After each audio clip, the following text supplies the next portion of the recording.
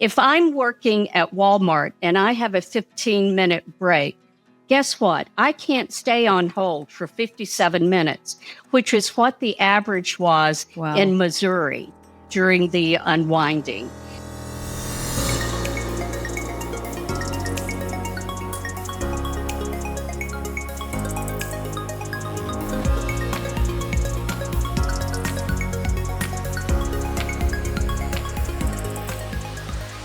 Hello, one and all, and welcome back to a brand new episode of The Rural Impact. I'm Michelle Rathman, and you are joining us for another conversation that works hard to connect the dots between policy and rural everything. I am recording, here we go, I'm recording on this Monday, October 6th, and it is really important for me to put that as a footnote because by the time you hear this, I am 1000% certain that there has been new developments where today's topic is concerned. And although I wish I could click my heels 3 times to reverse course on the subject of health policy, I am a realist after all, and I vow to always provide straight up facts, and I don't foresee good news in the forecast on this front. And I'll say, I hoped to be proven wrong. I really mean it. I hope that someone out there can prove me wrong. But alas, here we are, again, recording on 10/6. We are now in week 2 of a U.S. federal government shutdown, and the impact of this is certainly being felt across the country and every agency of government, including putting, and this is the number I read this morning, 750,000 employees on unpaid leave. Other impacts to rural, well, I did my homework over the weekend, and here's what I found. First and foremost, let's talk about essential services. Government shutdowns affect essential services such as Social Security, Medicare, and Medicaid benefits. Now, these will continue to operate, but you can bet you are going to experience delays in processing. How can we not? Given the fact that agencies overseeing these programs have already seen massive layoffs and operations disrupted through DOGE, and that was the Elon Musk task at the first part of this year. And of course, we've got the kind of rapid fire policy decisions coming out of RFK Jr.'s HHS. So we can expect further disruptions. And again, it will come in the form of delays and disruptions in payments for reimbursement to health providers, not to individuals, but to health providers who can least afford to shoulder the cost in rural areas. If you haven't heard already, there are some financial challenges for our rural hospitals and clinics across this country. Okay, additionally, we know that government shutdown is impacting USDA and HUD operations. These agencies also impacted by furloughs. And we also know that, for example, the USDA rural development plans, they've already had 83% staff furloughed. So that's going to affect things like rental assistance payments and other rural development activities. It's also going to impact responding to disasters as well. Again, this also has impact on market volatility, things that we may not think about every single day, but a shutdown, especially prolonged, can create uncertainty for farmers and traders, affecting commodity prices and market trends, which can be particularly challenging for rural economies already under pressure from tariffs. And I want to share that we will be dedicating an entire episode on how these policies are impacting America's small and family-owned farms. So please do subscribe and stay tuned for that. Bottom line, the rural impact of federal government shutdowns can lead to, again, reduced access to services, increased costs for farmers, and potential disruptions in essential services that millions of people rely on. That's the bad news. So before I introduce you to today's guest, I also want to put an invitation out there to you, a really serious invitation. If your organization, your rural business, your rural community, your county is already feeling the impact of the federal government shutdown, or frankly, if you're experiencing challenges as a result of policies that have been coming at us for the last 10 months, well, we want to hear from you. And you can do that by sending us an email at info@theruralimpact.com. Again, that's info@theruralimpact.com. Tell us who you are, where you're from, and in a few sentences, talk to us about how the policies are impacting you and your work and your quality of life. And with that, we do want to hear your good news too. We want to understand, how are you managing policy shifts, ways you've pivoted, some positive information about the spaces where policy is providing to be a challenge, but you have managed to overcome. Share your good news with us. We could sure use that right about now. Okay, so let's get into today's episode. Again, not a light subject, but as always, we are here to present you information that enlightens, and with that, provide you with facts that you can then take to the bank, as they say, and you can share it with your circle of friends and network of other influencers. So joining me at the table today are individuals who are very well versed on the impact of HR1, or the big, beautiful bill as it was introduced and signed into law. And that includes on the subject of adding all sorts of restrictions and requirements for states to implement the new, and I'll add, quite onerous work requirements for Medicaid participation. So in analysis after analysis that I have read, state systems are, quite frankly, unprepared for federal demands to implement a Medicaid work reporting requirement system. And this is true for the USDA administered SNAP program, but we're not going to talk about that today. Today, my slate of guests have done the research. Boy, have they done the research. And they are here to talk to us about what all this means.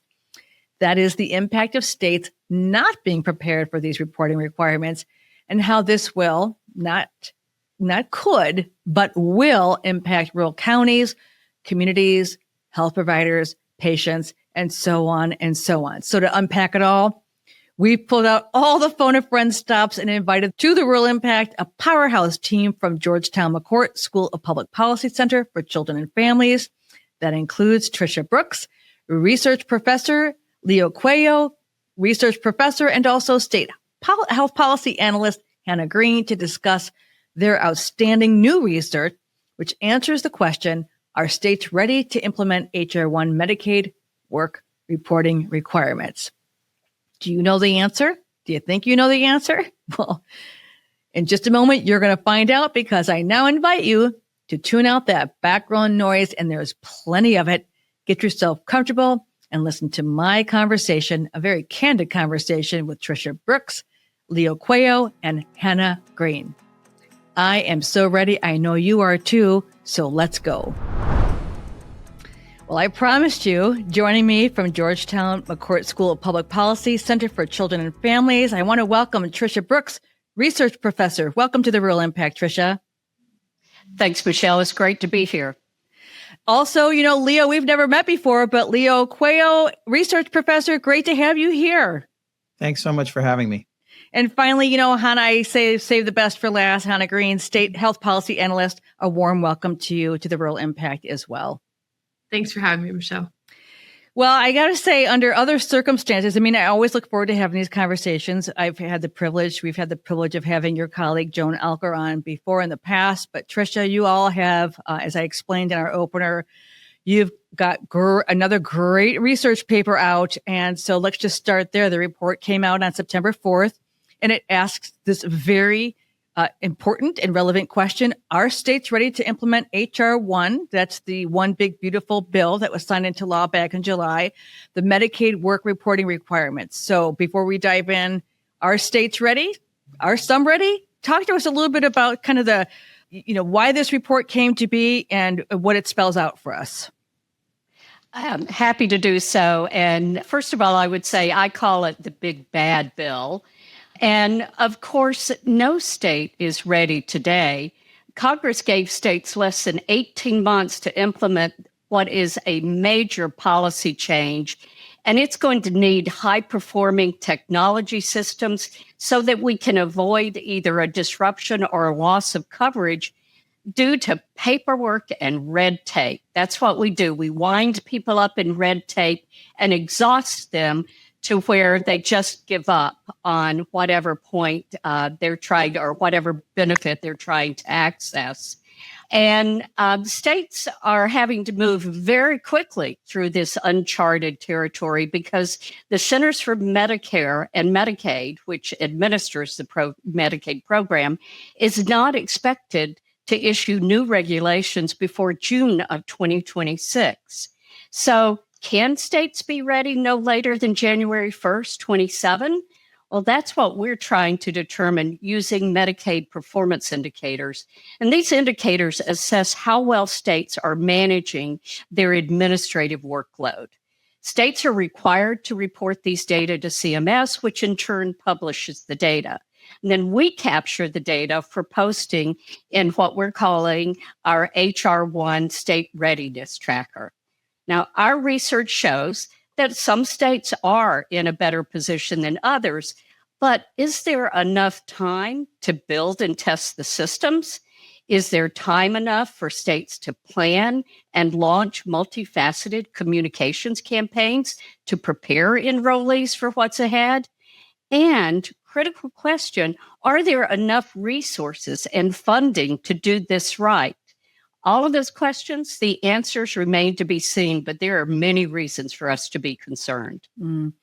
Tricia, before we go on, I want to remind our listeners, we are now recording this, and today's date is October 2nd, which is one day after the federal government shut down. And we know that as of today, reports are, thousands and thousands of furloughed employees, including from HHS, which oversees CMS. And so I'm just thinking about, even with the requirements and those who are ready, the chaos, the tangled web that we are weaving, it really does concern me quite a bit. No doubt about it. And they have their hands full. The administration has their hands full with trying to implement this very far-reaching, unprecedented bill. Largest cut to Medicaid in history, nearly $1 trillion over 10 years. We're going to feel most of those impacts in the next 2 to 3 years. Yeah. And I do want to talk about what some of those impacts are, because we say that, kind of high level terms, but there are actual implications, hard evidence of what that could mean. Hannah, one of those, I want to turn to you on this. In the report, you all spell out in very clear terms, and something that we've been hearing a lot about is that HR1 strips coverage from many lawfully, I want to repeat that, lawfully residing immigrants. And it ties the hands of states to raise revenue to cover the state share of Medicaid, and specifically targets the Medicaid adult expansion enacted by the Affordable Care Act, or ACA as we know it. Some call it Obamacare. Further, it was true with Medicaid unwinding that the impact on families will vary enormously so, depending on where they live, the status of the state's eligibility and enrollment processes, and how well states manage the implementation. That's a mouthful. So at the end of the day, can you give our listeners a sense of the variances from state to state, maybe a few examples of how the pendulum will swing depending on location? I am in Illinois, for example. Washington State is going to get hit hard, and I don't think most people understand why that is. So could you break that down for us? Sure. So before I dive into that, I do just want to say, and I know this is something my colleague Leo can touch on more, there's been a lot of media surrounding coverage for the immigrant population, the lawfully residing immigrant population. But the bulk of the cuts that we're seeing actually come from these work reporting requirements and some of these financing provisions. We are anticipating seeing something very similar to unwinding, where every state is going to implement this differently. I'm shocked Tricia hasn't said it yet, but the famous phrase is, if you've seen one Medicaid program, you've seen one Medicaid program. So every state is going to tackle this slightly differently, and some will be more successful than others. One of the biggest things we'll see is expansion states, or states that have elected to have the Affordable Care Act's Medicaid expansion for the adult population. They have the burden of the provisions on them. So they have to deal with the work reporting requirements, cost sharing, different provisions like that only apply to the expansion population. But I do want to be clear that non-expansion states, the handful that are left, are not off the hook. There are a lot of provisions that are going to apply to all states at every level of eligibility, enrollment, and renewal. So you said you're in Illinois, which is very interesting, because in our report, so kind of diving into our report, Tricia touched on the metrics a little bit, but what we looked at is 8 different metrics of performance that sort of point to how a state is handling the administrative burden. Mm-hmm. And we wanted to get a baseline measure. So from January through March of 2025, how were states doing on these 8 different performance metrics? And what we found is, just looking to make sure I get this right, but it is Missouri, Illinois, and Montana are actually at the very top of the list of states that are performing poorly on the most metrics. So if a state is performing poorly, we give them a red flag. Those 3 states have 7 out of 8 red flags possible. Other poor performing states are North Dakota, New Mexico, Utah, and Wisconsin. I know we'll talk about the metrics in a little bit, so I don't need to get too into it. But one last point I want to make is some states, and there was actually a great article that just came out this morning about Colorado, but in my state of Virginia, this is how it works too. Eligibility, enrollment, and renewal is delegated to the counties. So these counties are already dealing with, a lack of staffing, not enough workers in general at baseline to deal with the caseload that they already have. Then implementing all of this on top of that is going to be really difficult for those states. Oh my gosh, now you're making my head spin, because I have talked to many county leaders who honestly, this is not their expertise, not remotely prepared to bear the brunt that is coming their way. And yes, I do want to talk about those performance indicators. Tricia, you want to give a stab at that? And then Leo, I'm going to come to you with a question after that. What are those Medicaid performance indicators that you're looking at? Because again, most people don't know. They're not paying attention. They don't need to. Right. In addition to states reporting enrollment data, there are a number of performance indicators. However, CMS only publishes a handful of those on a regular basis. So we have 12 areas of performance indicators, over 80 measures and submeasures, and we're getting reporting on enrollment and 8 others. So this is not a complete picture, but it's the best that we have to deal with. So it starts with the average call wait times. So call wait times are the average amount of time that an enrollee is left on hold. Now, when you think about this, if I'm working at Walmart and I have a 15-minute break, guess what? I can't stay on hold for 57 minutes, which is what the average was in Missouri during the unwinding.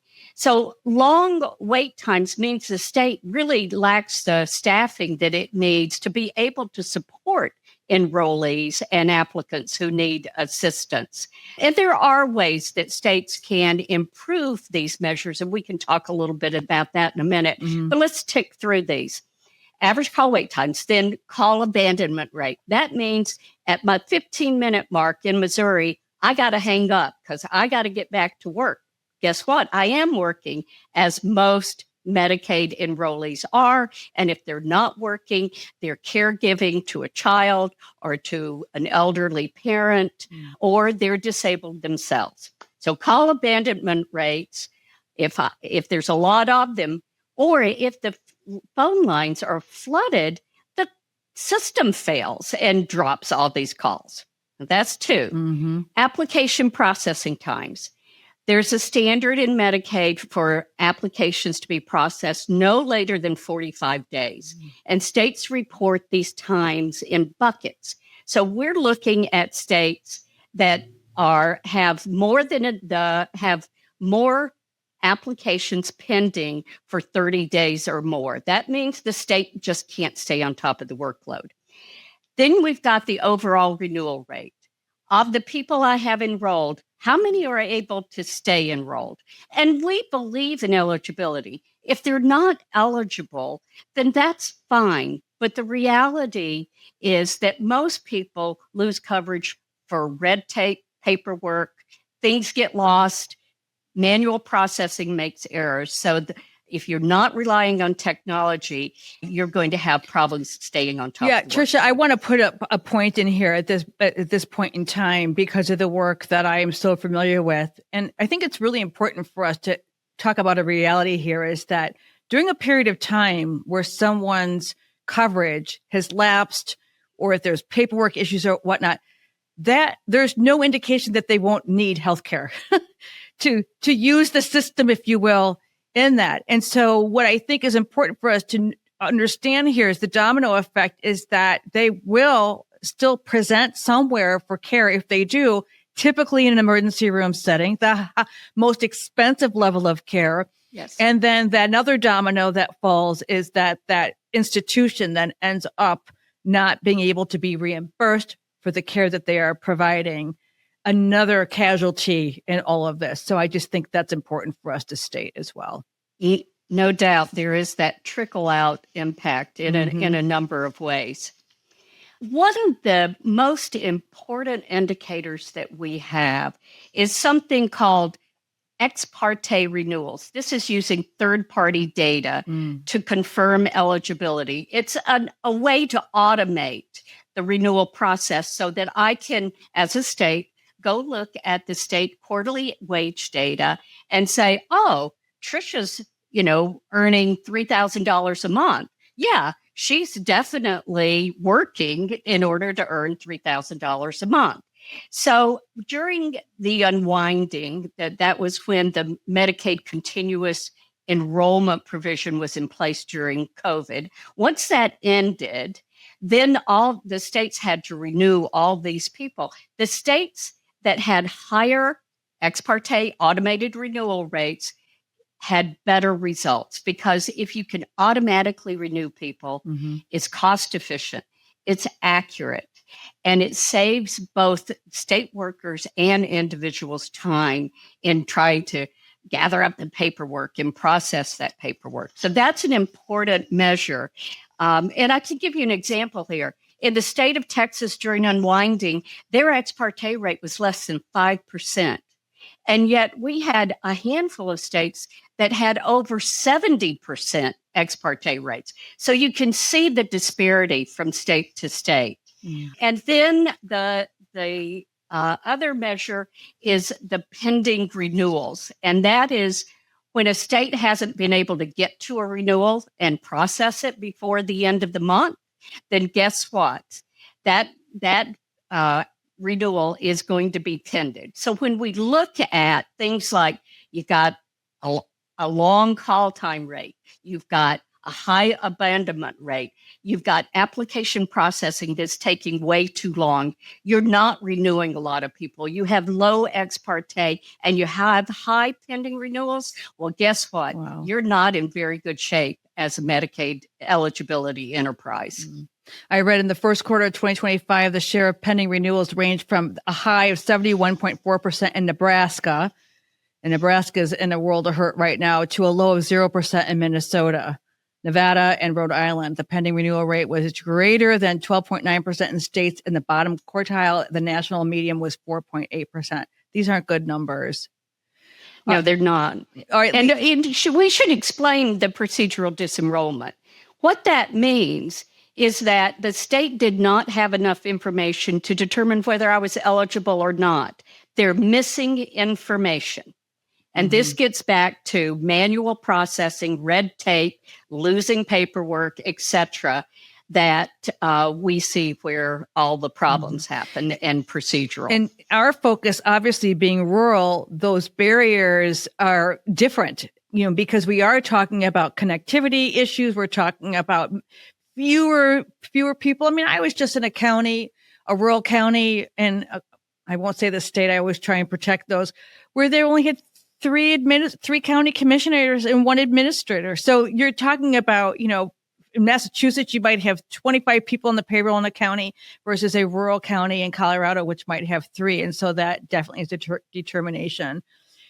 All right, Leo, I got to turn to you now, because I read that you love all things Medicaid, process and procedure and all that good stuff. I mean, we've got a lot of bad news here today, but I would like to kind of focus on maybe where you're seeing some state level strategies that could help reduce the negative impacts of these work requirements as a result of HR1, because HR1 Medicaid work requirements is just one piece of a long line of bad news where this is concerned. So what are some strategies that states can do to instead of, I should say, kind of bracing for the impact of what they can't do, how can they build their bench to make sure that the residents in their states don't get locked up in this red tape to the point of having no coverage whatsoever? Right. So as my colleagues described, right, this is a big burden for states. They're going to have a lot of work to do here. And it's so many things. Let's talk about two important things that are really important for rural America. First, HR1 reduces the state funding for Medicaid, and specifically funding that tends to go to rural hospitals, right? At the same time, it's increasing the number of uninsured people that are going to be walking into those hospitals, right? So if you're that hospital, your budget is getting cut and you have more people you have to take care of for free, right? So that is a recipe for even more rural hospitals going bankrupt. And we've already seen that be a really big problem over the last 20 years. And I always like to remind people, right, that impacts everyone in rural communities because those hospitals are often major employers, Yes.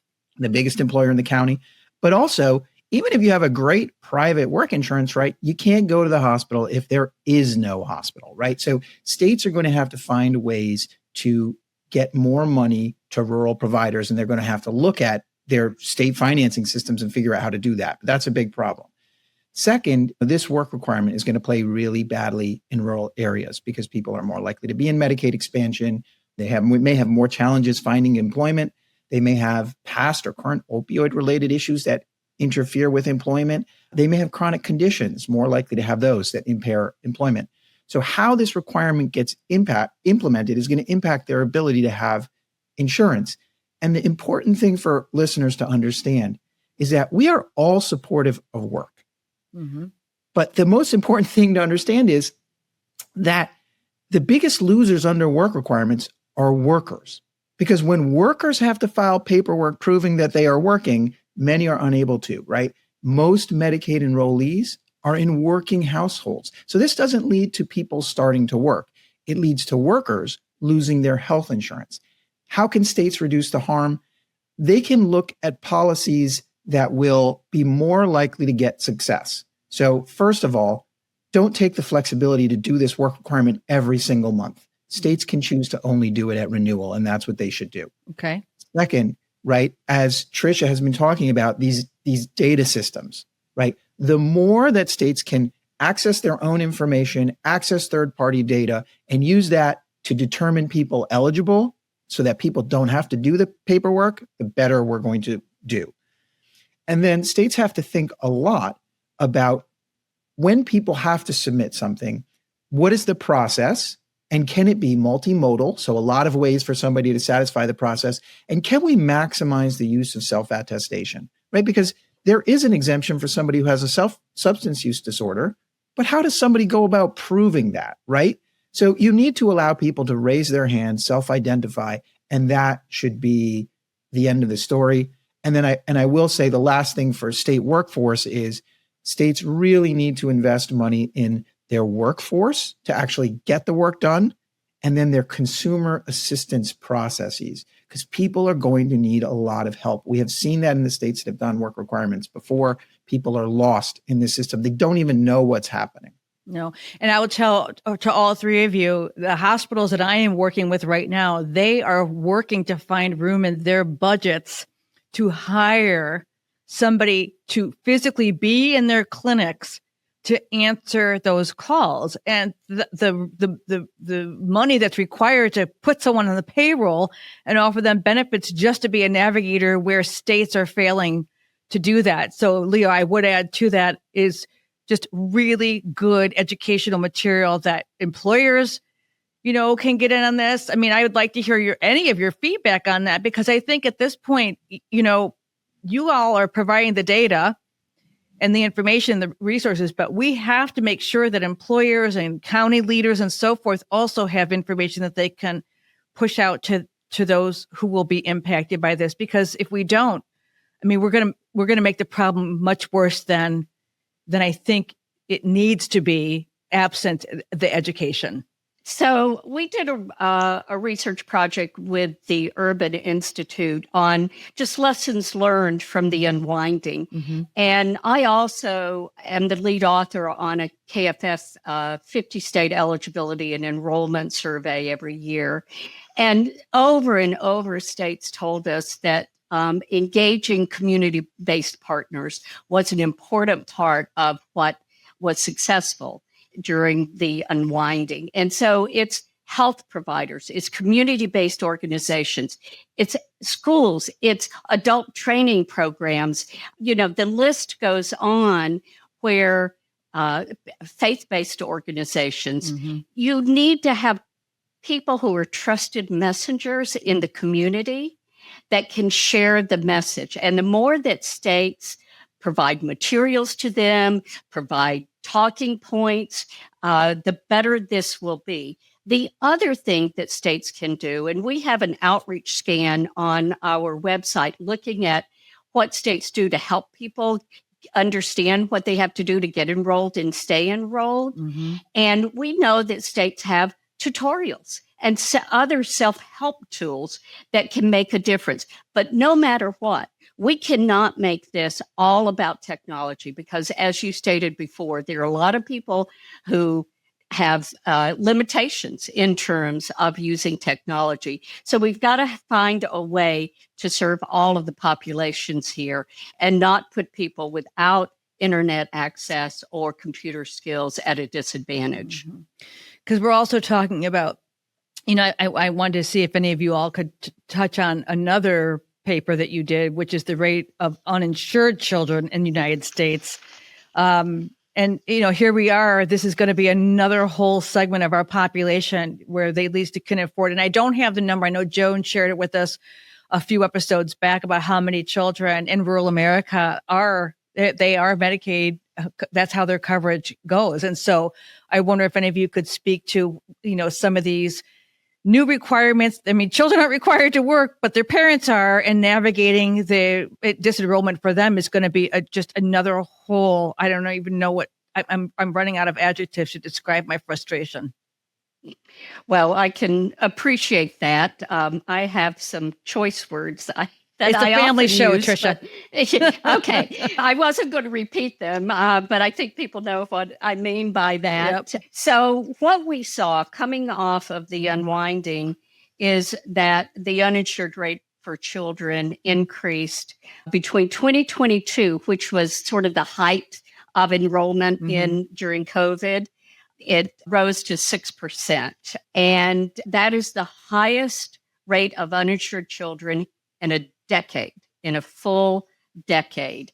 And we saw statistically significant increases in uninsured rates in 19 states. We're going already in the wrong direction. Now, when the ACA was implemented, everybody said, oh, this isn't about kids. And it wasn't. There really wasn't anything in the ACA specific to children.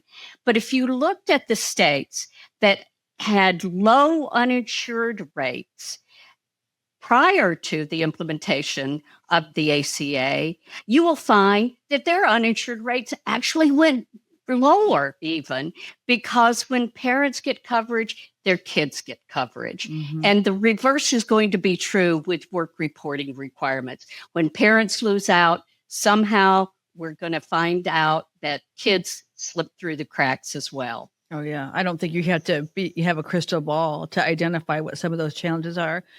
The other thing I want to ask all of you, I mean, I was mentioning to Tricia before we started recording today, is that I've been on several calls, several conversations around the Rural Health Transformation Fund. There's a lot of misinformation about what it is. And so I wonder if each of you or one of you could just kind of touch on, in context of this conversation, how it will or will not change course for those who will soon be entangled in these complex work requirements, because $50 billion split between 50 states, half out front. I mean, I won't go in to explain it. We've done enough of that.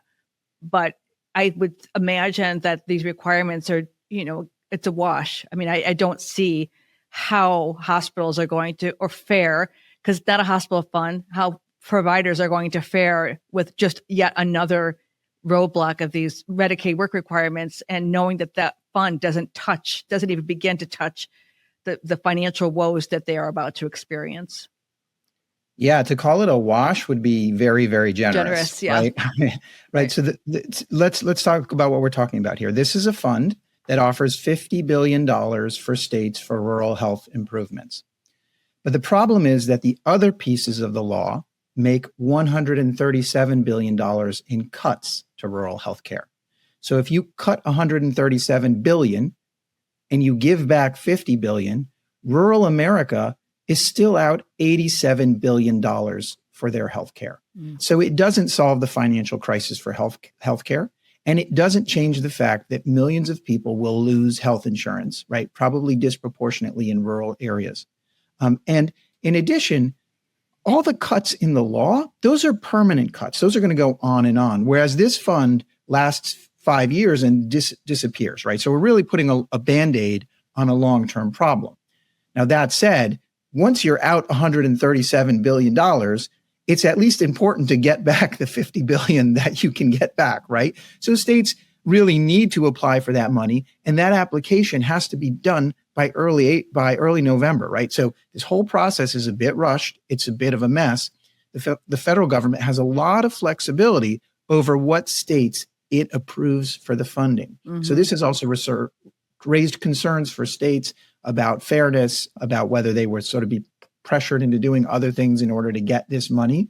And then once the state does get the money, the requirements are actually more lax than you would expect about making sure the money really goes to rural healthcare. Right. So that's going to be another place where people are going to need to pay attention and really make sure that their states are using the money in ways that will benefit rural healthcare. Yeah. And I remind people that the other part of this is that I always, we're talking about data here, and research is fueled by really good data. I wonder, every penny that a state does see, how will we be able to measure what transformation has actually occurred as a result? Because this can't just be about to pay past due bills. I mean, this is supposed to transform rural health. Leo, I want to stick with you because, again, you really do work on part of your work is developing educational material on advocacy. And if there are lawmakers that we can still bend their ear and advocate for, I mean, they have a lot on their plates right now. What do the stakeholders, and maybe let's talk about those stakeholders, right? We have providers. So we've got rural health clinics. We've got federally qualified health clinics. We've got rural hospitals. We've got rural employers who don't want to see those who are working lose their health coverage. I mean, they might not be employer based, but all these stakeholders, what do we need to be saying to our policymakers? What in the world is going to stop them dead in their tracks and listen to the pleas of those who know what's coming in the not too distant future? Yeah, so I think all of those stakeholders need to get engaged is the first message, right? You can't sit by idly. You need to be talking to your state legislature. You need to be talking to your state Medicaid agency. You need to be telling them, number one, we need to design systems that will work for people. Number two, we need to invest resources in helping people navigate those systems we design, which will just by definition have shortcomings. Third, they really need to commit to collecting data and regularly reporting data on what impact these policies are having. Part of the reason that we were able to respond effectively and somewhat nimbly to unwinding as it played out, to the pandemic unwinding as it played out, was the fact that we at least had some data to tell us where are there fires and how can we diagnose why these fires are happening, right? So we need all of that. And then I think the other really important role for stakeholders is to be lifting up and telling the stories of the people they know that are going through this system and experiencing how the system just fails enrollees in ways that are probably unimaginable to the average citizen and even the average legislator until they hear it from the pediatrician, until they hear it from the American Lung Association, right? They need to hear it from the people who actually are working with the patients. Han, I'm going to ask you this last question here because I've been thinking so much about just data collection and how it fuels research. And I have come to know the work of the Congressional Health District Dashboard, for example. And they're collecting data and they're putting into this so we can see, you could plug in your congressional district and you can see what the food insecurity is, health disparities, and so forth. In your work as a researcher, what do you foresee some of the things that you have to maybe do differently to be able to collect data that fuels your research? Do you see some roadblocks that you all have to move to make sure that this great data that you provide us keeps flowing? Any change of plans for you? I don't see any changes right now. As long as CMS continues to post these monthly metrics, we are going to continue to compile them into these quarterly averages. Part of this report, so the report is a point in time look at things, but it's connected to our online tracker. And we're going to continue to push out these averages so we can track states in as real time as possible. One thing that I know that other folks on our team are doing is we are going to be tracking enrollment data in as real time as possible. And in order to do that, we'll be looking for the state administrative enrollment reports. So not just relying on CMS in case anything changes on their end. Again, we're not anticipating that, but in case anything does change on how they post their data or the frequency with which they post their data, from an enrollment perspective, we'll still be able to pull the reports from the states that do post them online and be able to track enrollment this way. Yeah, I appreciate that. I wanted to put that out there because you never know. There are a lot of things. Mornings I wake up and said, "Who knew?" and then here we are. Tricia, you have something to say about that? Yeah, I was going to say that we hear HHS Secretary Kennedy saying that they're all about radical transparency. Well, now is a good time to be radically transparent with what is happening. They say that no one's going to lose coverage. Guess what? That's not true. And there are a lot of things that they have told us that are not accurate, and time will tell. But the data is critically important in order for us to figure out what's happening, who it's happening to, and what we can do to fix it. Yeah, absolutely. Oh my gosh. Hannah, Leo, Tricia, I mean it. I really, really appreciate everything you've shared with us. We'll be watching. We're going to make sure to all of our listeners that we put this report and others that we talked about here today on our website. You'll find us at therealimpact.com. So although we had to say goodbye to all of you, again, thank you so much for joining us. I invite you to stay with us because we'll be right back with a few closing thoughts right after this really important message. Stay tuned. The National Association of Rural Health Clinics invites you to Rendezvous in Reno. Beginning October 20th, the 2.5-day NARC Fall Institute features a powerful in-person agenda, plus 3 pre-conference webinars the week before. It's your chance to engage deeply with the pressing issues facing rural health clinics today. With unmatched networking and a throwback 90s bash, you'll leave energized and reconnected. Registration closes the evening of October 19th. So don't wait. Head to narhc.org to register. That's narhc.org.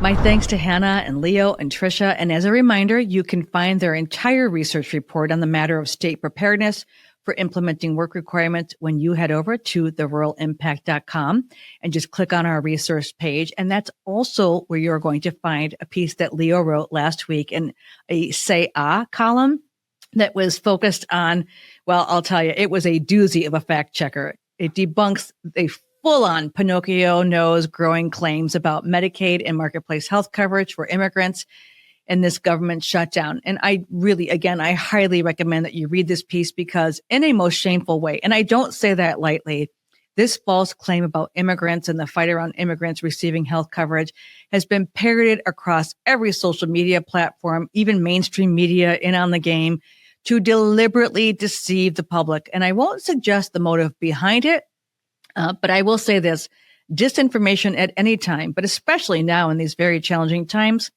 it's not helpful to say the least. So it's important to have those facts and make sure that when someone tells you otherwise, that you at least are able to present them with facts and information that clears things up. It's quite empowering, I will say that. So a few other things before we close out, a very friendly reminder to subscribe to The Real Impact wherever you like to get your podcast fix, including on YouTube. You can watch us there.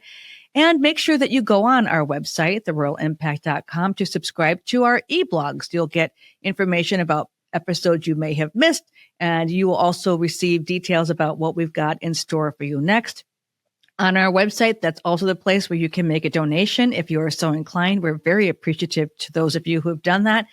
And you can learn more about our partnership opportunities to help you expand your rural reach. Again, we're easy to find at theruralimpact.com. And real quickly, speaking of partners, I just want to say we are proud to support the Rural Urban Bridge Initiative and their important work, including sharing information with you about details on their upcoming Community Work Summit.